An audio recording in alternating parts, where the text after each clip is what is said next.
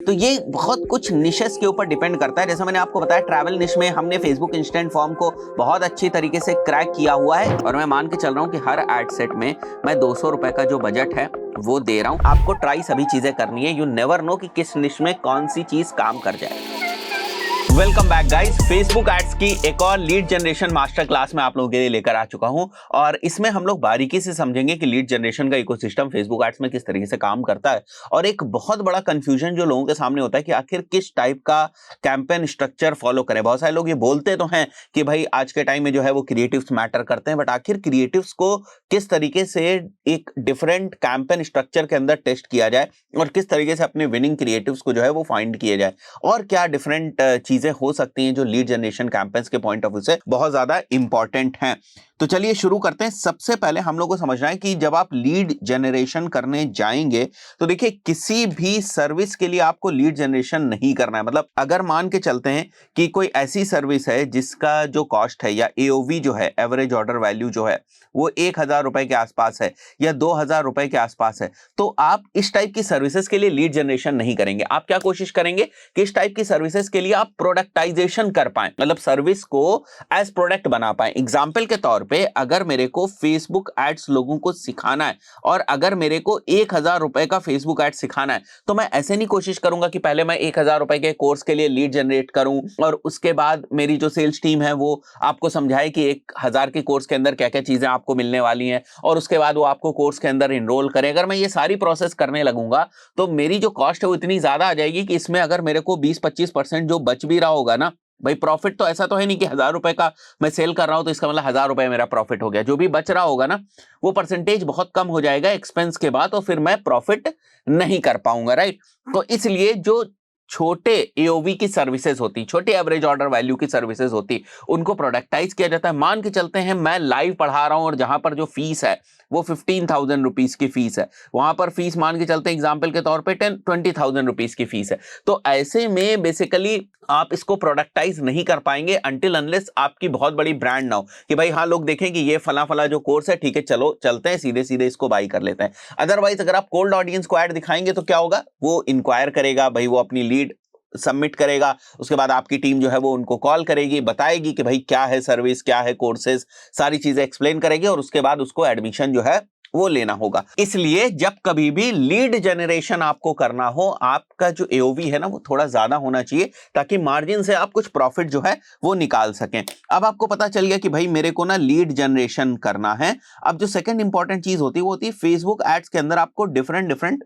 Methods या options मिलेंगे जिनके थ्रू जो है वो आप लीड जनरेशन कर सकते हैं। सबसे पहला जो कॉमन ऑप्शन है दैट इज फेसबुक का इंस्टेंट फॉर्म। आप देखते होंगे आपको कोई ऐड दिखता है, लोग उसके ऊपर क्लिक करते हैं, आप उसके ऊपर क्लिक करते हैं, एक फॉर्म वहीं पे आ जाता है, वो फेसबुक का इंस्टेंट फॉर्म होता है। ये ऐसी सर्विसेज के लिए बेहतर होता है जहां पर टाइम जो है बहुत ज्यादा होता है, मतलब आपकी जो टोटल एड्रेसेबल मार्केट है उसका साइज ज्यादा होता है। हमने ट्रैवल निश में बहुत देखा है कि ये बहुत अच्छे तरीके से परफॉर्म करता है। बहुत सारे हम ट्रैवल निश के क्लाइंट्स को मैनेज कर रहे हैं तो हम देखते हैं फेसबुक इंस्टेंट फॉर्म बहुत अच्छी तरीके से वहां पर परफॉर्म कर रहा है। कुछ लिमिटेशंस भी होती है यहाँ पर, जैसे आप यहाँ पर पिक्सल को प्ले में नहीं ला सकते, मतलब जो आपकी वेबसाइट बेस्ड बहुत सारी ऑडियंस बनती है कि जो लोग मेरी वेबसाइट पे गए, थैंक यू पेज पे नहीं गए या फॉर्म फिल नहीं किया, जिन लोगों ने, उनको अगर आप रीमार्केट करना चाहते हैं तो वो स्कोप यहां से बहुत ज्यादा कम हो जाता है। तो जब कभी भी आपका बिजनेस ऐसा हो कि आपको बहुत बल्क में लीड्स जो है वो जनरेट करनी है, ऐसा तब होता है जब आपकी सर्विस बड़ी ही कॉमन हो, हर किसी के लिए वो सर्विस जो है वो हो सकती है। इसीलिए मैंने यहां पर मेंशन किया हुआ है टाइम अगर आपका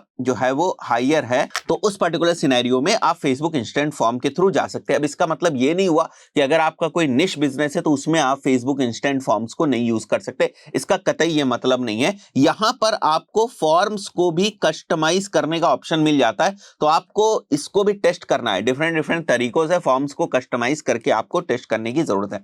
सेकंड जो मैं बहुत ज्यादा प्रिफर करता हूं मेथड, क्योंकि यहां से थोड़ी सी क्वालिटी लीड्स आती हैं और हम थोड़ा सा मीडिया प्लान भी शुरुआत में इस तरीके से बनाते हैं कि हम ये जज कर पाएं कि भाई हमें कितनी लीड्स मिलेंगी, उनसे हम कितना जो है वो रेवेन्यू करने वाले हैं, हम कितना लगभग स्पेंड करने वाले हैं। तो वहां पर हमें थोड़ा सा क्वालिटी ऑफ लीड्स के ऊपर भी ध्यान देने की जरूरत होती है। Definitely definitely Facebook instant form से अगर मैं कंपैरिजन करूं तो लैंडिंग पेज फॉर्म की जो लीड क्वालिटी है वो थोड़ी बेहतर होती है, बट अगेन ये निश टू निश डिपेंड करता है। कई सिनेरियोज में हमने ऐसा भी देखा है कि लैंडिंग पेज की जो क्वालिटी वो उतनी अच्छी नहीं है, बल्कि फेसबुक इंस्टेंट फॉर्म से जो लीड्स आई हैं वो ज्यादा अच्छी है। तो ये बहुत कुछ निशेस के ऊपर डिपेंड करता है। जैसा मैंने आपको बताया ट्रैवल निश में हमने फेसबुक इंस्टेंट फॉर्म को बहुत अच्छी तरीके से क्रैक किया हुआ है। इसी तरीके से अगर मैं एडुकेशन निश की बात करूं, जैसे कोई कोचिंग इंस्टीट्यूट है या कोई कॉलेज है, तो इस निश में जब हम काम करते हैं तो वहां पर हमने देखा है जो लैंडिंग पेज है वो बहुत अच्छा काम करता है। इसके बाद आपके पास ऑप्शन होता है मैसेज एड्स का।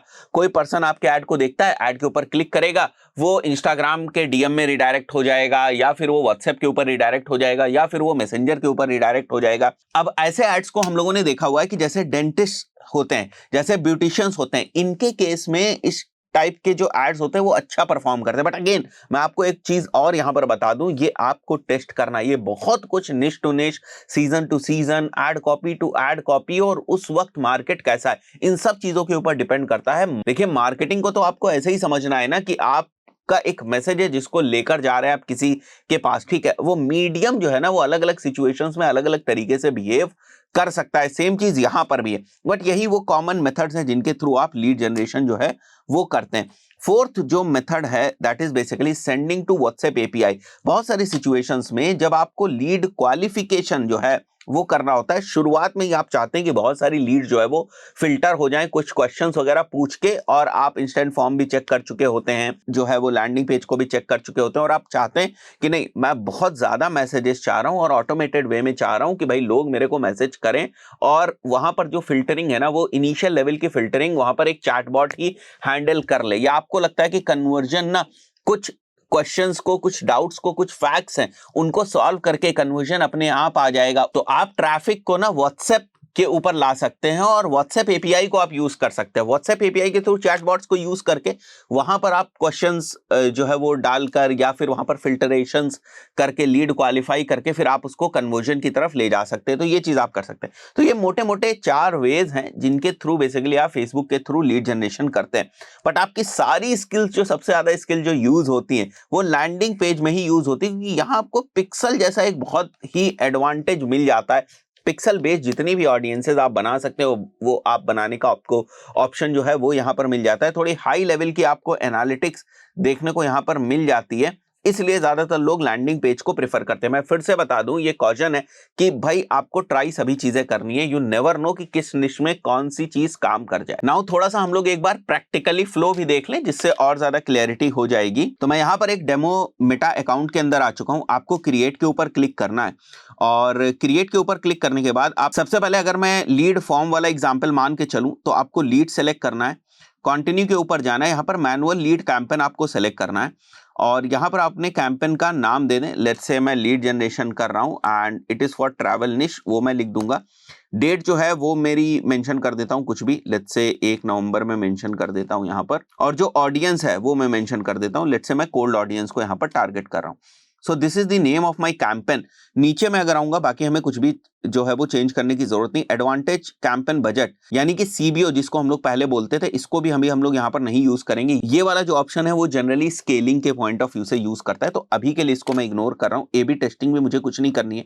फेसबुक में आपको कैंपेन लेवल पर बहुत ज्यादा सेटिंग्स देखने को नहीं मिलती है, वहीं पर अगर आप गूगल की बात करें तो वहां कैंपेन लेवल पर आपको ठीक ठाक सेटिंग्स जो है वो देखने को मिलती है। मैं नेक्स्ट करूंगा और आ जाऊंगा एड सेट के ऊपर, राइट। अब ad set is very important thing. सबसे पहले हमें सेलेक्ट करना है कि हमें ट्रैफिक कहां पर भेजना है। तो अगर कोई पर्सन हमारे ऐड के ऊपर क्लिक करेगा, we want to send this traffic to instant forms, जो कि हम लोग आगे क्रिएट करेंगे। Now you also have to select your Facebook page कि भाई कौन सा मेरा फेसबुक पेज है, और आपका performance goal initially you have to keep it as maximize number of leads, और शुरुआत में आपको कॉस्ट पर रिजल्ट गोल नहीं रखना है। अगर आप शुरुआत में कॉस्ट पर रिजल्ट गोल रख देंगे, बहुत सारे लोगों को मैंने देखा है वो ये सोचते हैं कि ठीक है मैं एक टारगेट सीपीए टाइप की बिडिंग स्ट्रेटजी को यूज करता हूं, शुरुआत में मैं यहाँ पर 30 रुपीज एज टारगेट सीपीए रख देता हूं, विच मीन्स दैट कि मेरे को ज्यादा लीड्स ला कर दो, बट जो लीड्स की कॉस्ट है वो 30 रुपए के अंडर रखो। तो ये चीज बहुत सारे लोग शुरुआत में करते हैं, जो कहीं हद तक काम भी कर जाता है और उनको लीड्स मिल भी जाती हैं। बट आप इसको इस तरीके से समझें, जब भी आप अपना टारगेट सीपीए बहुत ही कम रखते हैं, विच मींस दैट कि मेटा का सिस्टम आपको अच्छे ऑप्शंस में पार्टिसिपेट ही नहीं करवा पा रहा है, बिकॉज आपने जो आपकी बिडिंग की अपर लिमिट है ना, उसको एक तरीके से कैप करके रखा हुआ है। तो उस पर्टिकुलर सिनेरियो में आप अच्छे इन्वेंट्री के लिए बिड ही नहीं कर रहे होते, तो आप अच्छी पोजीशंस पे या अच्छी लोकेशंस पे आप शो ही नहीं कर रहे हो, तो वहां से जनरली जंक लीड्स आने की प्रोबेबिलिटी ज्यादा होती है। अगर आप इसको हटा दें यहां से, ठीक है, इसको हटा दें और मैक्सिमाइज नंबर ऑफ लीड्स केवल रखें, उस पर्टिकुलर सिनेरियोज में आप दोनों ही चीजों को देखेंगे कि भाई थोड़ी बहुत गड़बड़ लीड्स भी आ रही हैं, थोड़ी बहुत अच्छी लीड्स भी आ रही हैं। अब आपके दिमाग में एक और चीज आई होगी, सर इसका मतलब ये हुआ कि अगर मैं यहां पर थोड़ा सा हाई रख दूं, इसका मतलब अगर मैं जो हमारी यहां पर कॉस्ट पर रिजल्ट का गोल है, मतलब I want a lead and which should be under 200 rupees, अगर मैं रख दूं तो इसका मतलब ये तो नहीं कि मेरी जो लीड की क्वालिटी वो इंप्रूव हो जाएगी। नहीं भाई, इसका कतई ये मतलब नहीं है। तो शुरुआत में आप कोशिश करें मैक्सिमाइज नंबर ऑफ लीड्स ही आपको रखने की जरूरत है, बाकी कुछ भी आपको चेंज करने की जरूरत नहीं। कैटलॉग आप तब यूज करते हैं जब आप ई कॉमर्स बेस्ड एड्स वगैरह रन कर रहे होते हैं, तब आपको इसको यूज करने की जरूरत होती है। डेली बजट जो है वो आपको किस तरीके से सेलेक्ट करना है, देखिए अब ये चीज काफी कुछ डिपेंड करती है कि आपका कैंपेन स्ट्रक्चर किस तरीके का होने वाला है। मान के चलते हैं अगर आप 3-4 एड ग्रुप्स बनाने वाले हैं और आपका पुराना एक्सपीरियंस कहता है कि अगर मैं लैंडिंग पेज के ऊपर ट्रैफिक लेकर जाऊंगा तो उस पर्टिकुलर सिनेरियो में एक लीड मेरे को 50 रुपए की पड़ती है, तो मेरे को अगर एक एड ग्रुप से 4 लीड्स चाहिए या 3 लीड्स चाहिए या 5 लीड्स चाहिए, तो उसी के हिसाब से मेरे को बजट रखना है। तो अगर एक लीड की कॉस्ट मेरे को 50 रुपए पड़ती है और मेरे को 4 लीड चाहिए, तो कम से कम एक एड ग्रुप को मेरे को 200 रुपए का बजट देना पड़ेगा। एक एड ग्रुप के अंदर अगर मैं इस टाइप का कैंपेन स्ट्रक्चर बना रहा हूं जहां पर 4 एड ग्रुप्स है मेरे, तो एक एड ग्रुप के अंदर मैं एक ऑडियंस को अगर टेस्ट कर रहा हूं तो उस पर्टिकुलर सिनेरियो में 200 रुपए तो एक एड ग्रुप का बजट हो गया, तो कम से कम अगर मैं 4 एड सेट बना रहा हूं तो 800 रुपए का मेरे को पर डे का बजट चाहिए। ये इनिशियली आप इसी तरीके से जो है वो डिसाइड करते हैं। मैथ्स बिल्कुल बदल जाती है जब आप परफॉर्मेंस मार्केटिंग कर रहे होते हैं D2C ब्रांड्स के लिए। वहां पर जो आपका एवरेज ऑर्डर वैल्यू की कैलकुलेशन है ना, वो भी बहुत कुछ कंसिडरेशन में आती है। टाइम के साथ आपको ये भी समझ में आने लगेगा कि मैं जब लीड जनरेशन करता हूं किसी हाई टिकट प्रोडक्ट के लिए या हाई टिकट सर्विस के लिए, जब मैं लीड जनरेशन करता हूं उस पर्टिकुलर सिनेरियो में मैं देखता हूं कि मेरी जो एवरेज लीड की कॉस्ट है वो थोड़ी सी ऊपर जा रही है अगर मैं क्वालिटी लीड्स को उसमें से फिल्टर करूं। तो ये काफी एक्सपीरियंस के बाद आपको समझ में आने लगेगा। जब आप 30-40 प्रोजेक्ट्स कर लेते हैं डिफरेंट निशेस के अंदर, तो आप अपनी एक बेंचमार्किंग को समझने लगते हैं कि अच्छा इस निश में ना इस टाइप से जो है वो रिजल्ट्स आ रहे हैं, इस निश में इस टाइप से रिजल्ट्स आ रहे हैं, इस निश में इतने की जो मेरे को सीपीएल है वो मिल रही है। तो ये सारी चीजें आपको फिर समझ में आने लगती हैं जब आपको थोड़ा अनुभव हो जाता है। तो अगर मैं वही 4 एड सेट का एग्जांपल लेता हूं तो मैंने यहां पर 800 रुपए जो है वो डेली बजट रख दिया। मैं नीचे आऊंगा, स्टार्ट डेट वगैरह अभी हम लोग को कुछ भी शेड्यूलिंग वगैरह नहीं करनी है। नीचे आते हैं हम लोग, लोकेशन आप अपने अकॉर्डिंग सेलेक्ट कर लेंगे जहां पर भी आप सर्विसेज प्रोवाइड करते हैं, एंड उसके बाद आपको स्विच टू ओरिजिनल ऑडियंस के ऊपर आना है। देखिए अगर आपको डिफरेंट एड सेट्स के अंदर डिफरेंट ऑडियंसेस टेस्ट करनी है, जो मैं पहले टाइप ऑफ कैंपेन स्ट्रक्चर आपको बता रहा हूं, तो उस पर्टिकुलर सिनेरियो में आपको यही वाला ऑप्शन जो है वो सेलेक्ट करना है। बाकी आप अपनी लोकेशन, अपनी जो एज ग्रुप है वो यहां से सेलेक्ट कर लें, ठीक है। जेंडर्स आप ऑल ही रखें और एडवांटेज डिटेल्स टारगेटिंग जो है ना इसको इनिशियली के लिए ऑफ कर दें, ठीक है, क्योंकि आप यहां पर जो है ना वो ऑडियंसेस को टेस्ट कर रहे हैं। अगर मैं वही बता रहा हूं कि मैं जो कैंपेन स्ट्रक्चर बताने वाला हूं पहले उसके पॉइंट ऑफ व्यू से, अगर आप ऑडियंसेस को टेस्ट कर रहे हैं तो फिर आप एडवांटेज डिटेल्ड टारगेटिंग जो है ना उसको ऑन नहीं करेंगे अगर आप ऑडियंस को टेस्ट कर रहे हैं, ठीक है। तो मैं इसको ऑफ कर देता हूं एक बार के लिए। अब यहां पर ना आपको अपनी ऑडियंस सेलेक्ट करनी है। अब देखिए यहां पर मैंने कैंपेन स्ट्रक्चर बनाया हुआ है, पहले मैं उस कैंपेन स्ट्रक्चर को आपको दिखाता हूं। This is the first campaign structure which is basically जहां पर एक कैंपेन है और 4 हमारे एड सेट हैं, और मैं मान के चल रहा हूं कि हर एड सेट में मैं 200 रुपए का जो बजट है वो दे रहा हूं। अगेन देखिए थोड़े टाइम के बाद आपको समझ में आएगा कि भाई मेरे को ना जो सीपीएम है वो कितने में मिल रही है। थोड़ी सी मैं मैथ्स आपको यहां पर भी बता देता हूं। मान के चलते हैं कि आपको जो सीपीएम है वो आपकी सीपीएम आ रही है 200 रुपीज की, मतलब 200 रुपए में आपको 1000 इंप्रेशंस जो हैं वो मिल रहे हैं। अब आपको पता है कि आपका जो सीटीआर है वो 3% का रहता है, ठीक है। तो 1000 इंप्रेशंस में आपको 30 क्लिक्स मिलेंगे।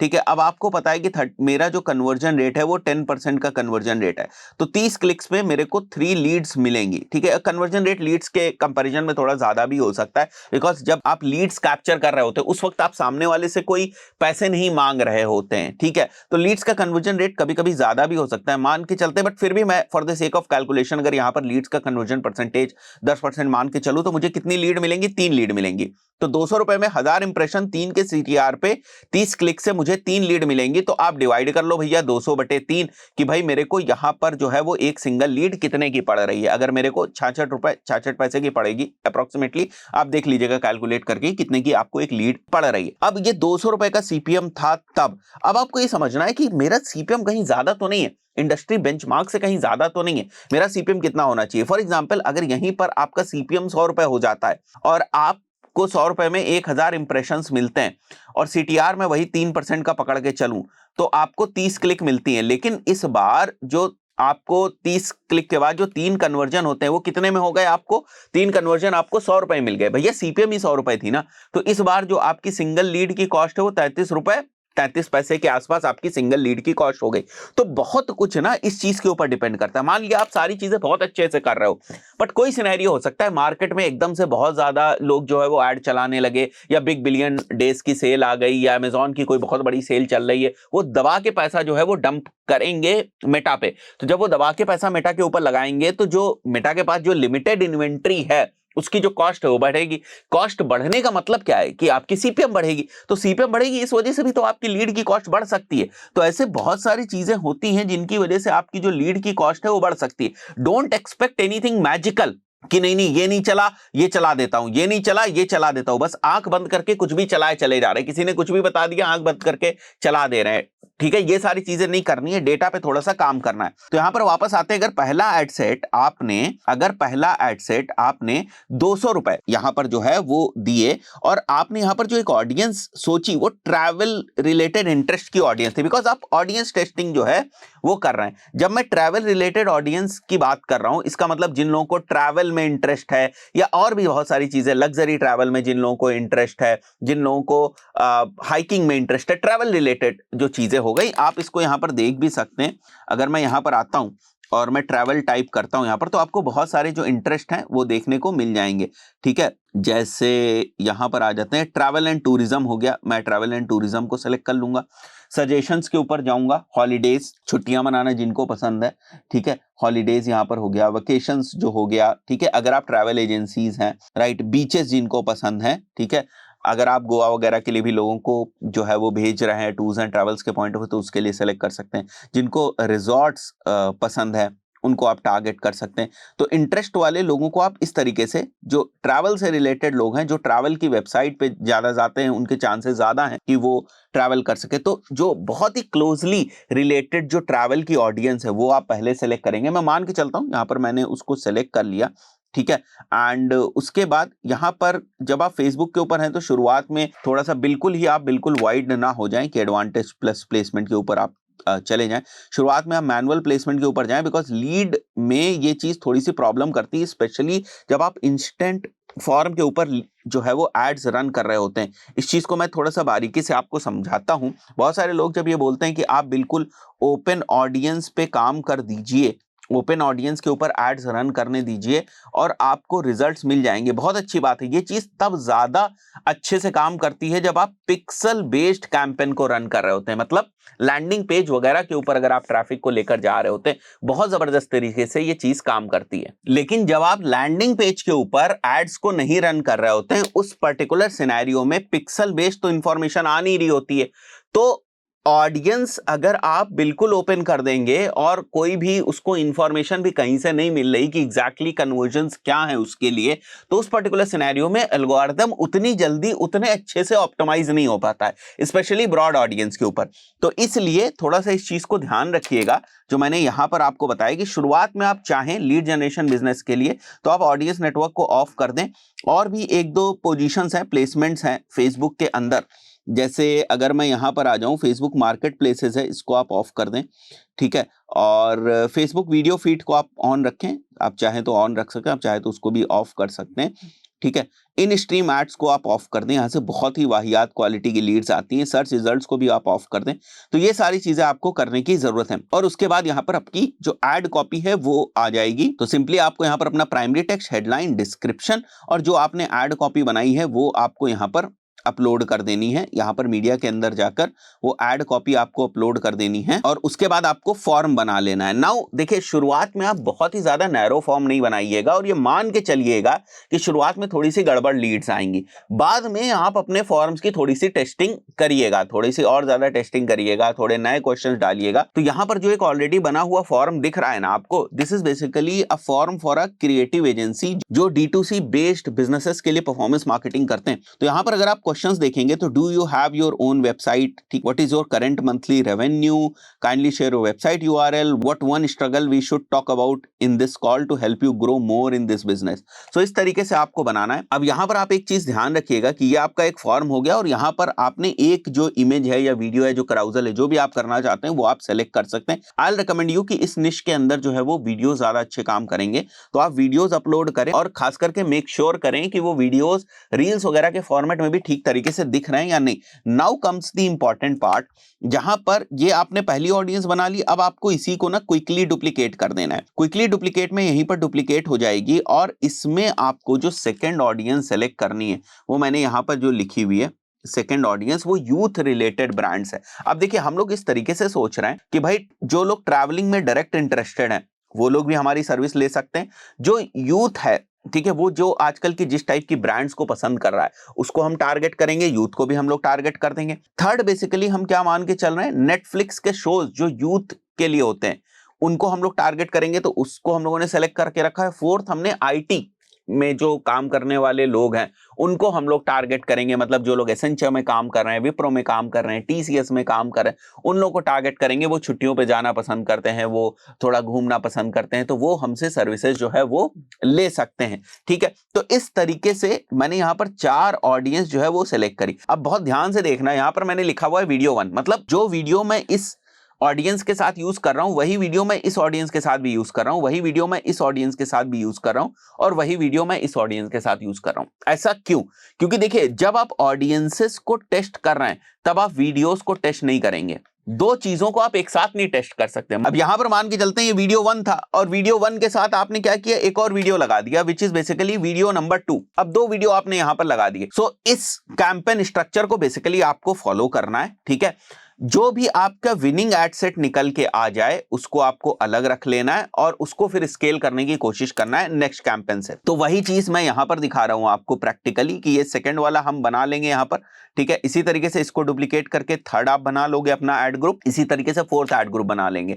सब में जो इमेजेस हैं वो सेम हमारे रहने वाली। सेकंड जो हमारा कैंपेन स्ट्रक्चर है वहां पर मान के चलते हैं कि अब हमें पता है कि हमारी कौन सी ऑडियंस जो बेहतर परफॉर्म कर रही है, तो उस ऑडियंस को आपने फाइनल कर लिया। मान लिया ये वाली हमारी ऑडियंस हो गई, इस ऑडियंस को हमने फाइनल कर लिया। अब इसके अंदर हम लोग डिफरेंट वीडियोस को टेस्ट कर रहे हैं। ये हमारा एंगल अलग है, ये हमारा वीडियो का एंगल अलग है, ये हमारा वीडियो का एंगल अलग है, ये हमारा वीडियो का एंगल अलग है। या आप डे 1 से भी चाहें तो इस कैंपेन स्ट्रक्चर को फॉलो कर सकते हैं। अगर आप डे 1 से चाहें तो इस कैंपेन स्ट्रक्चर को फॉलो कर सकते हैं। यहां से जो आपको विनर्स मिलते हैं उनको आप इसी कैंपेन स्ट्रक्चर में कन्वर्ट करके फिर फर्दर स्केल करने की कोशिश करते हैं। आप शुरुआत से चाहें कि आपको इसी तरीके से करना है तो इस तरीके से आप कर सकते हैं, जहां पर आप डिफरेंट अपने वीडियोस को टेस्ट कर रहे हैं। ज्यादातर लोग आज के टाइम में इसी स्ट्रक्चर को फॉलो करते हैं। क्यों इस स्ट्रक्चर को फॉलो करते हैं? बिकॉज उनको पता है कि जो लोग IT वर्किंग पीपल हैं, नेटफ्लिक्स वाले हैं, यूथ रिलेटेड हैं, ट्रैवल रिलेटेड में जो इंटरेस्ट रखते हैं, ये सब आपस में ओवरलैप कर रहे होंगे। ऐसा नहीं है कि जो IT वर्किंग पीपल वाली ऑडियंस है वो नेटफ्लिक्स वाले में नहीं आ सकती, वो यूथ रिलेटेड में नहीं आ सकती, वो जेन्युइनली इन सब में आ जाएगी। तो मेटा को पता है कि ये वाली ऑडियंस सब में ट्रैवल करती रह रही है एक तरीके से, या एक ये पूरी ही ऑडियंस है। तो उस पर्टिकुलर सिनेरियो में हमने एक ही ऑडियंस सेलेक्ट कर ली और हम उनके ऊपर डिफरेंट जो वीडियोस हैं उनको टेस्ट कर रहे हैं। आगे चल के जब आपको लीड्स की थोड़ी सी क्वालिटी वगैरह में प्रॉब्लम आती तब फर्दर जो ऑप्टिमाइजेशन की चीजें हैं वो आप करना शुरू करते हो। चाहे वो आपका लीड फॉर्म का ऑप्टिमाइजेशन हो, अगर आप लैंडिंग पेज यूज करें तो लैंडिंग पेज का ऑप्टिमाइजेशन हो, आपको वीडियोस में हुक रेट वगैरह अच्छा नहीं मिल रहा है। देखिए, प्रॉब्लम आइडेंटिफाई भी तो करना आना चाहिए। आपने देखा कि मेरी लीड की क्वालिटी अच्छी नहीं आ रही और आपने कहा मैं वीडियो चेंज कर दूंगा, this is not the right thing, right? Video सही है या नहीं सही है, ये जो वीडियो को जज करने वाली मैट्रिक्स है ना, उनसे पता चलेगा कि वीडियो सही है या नहीं। अगर वीडियो का हुक रेट अच्छा है, अगर लोग वीडियो को देख रहे हैं, विच मींस दैट वीडियो ने अपना काम कर दिया। अब आपको ये देखना है वीडियो का जो कंटेंट है वही सारी चीजें मैंने फॉर्म में मेंशन करी या नहीं, या वीडियो के कंटेंट के हिसाब से फॉर्म में जो मेरे को एडिशनल फिल्टर्स वगैरह लगाने थे या और ज्यादा कंडीशनल क्वेश्चंस वगैरह पूछने थे, वो मैंने फॉर्म में पूछे हैं या नहीं पूछे, वो सारी चीजें फिर फर्दर आप चेक करते हैं। तो आई बिलीव ये कॉन्सेप्ट आपको समझ में आया होगा। जो लोग बिल्कुल बिगिनर, मैंने बिल्कुल बिगिनर को ध्यान में रख के ये चीजें आपको बताई हैं, जो बिल्कुल बिगिनर है वो इसको फॉलो कर सकते हैं। आशा करता हूं वीडियो आपको पसंद आएगा। मिलता है नेक्स्ट वीडियो में, टिल देन गुड बाय।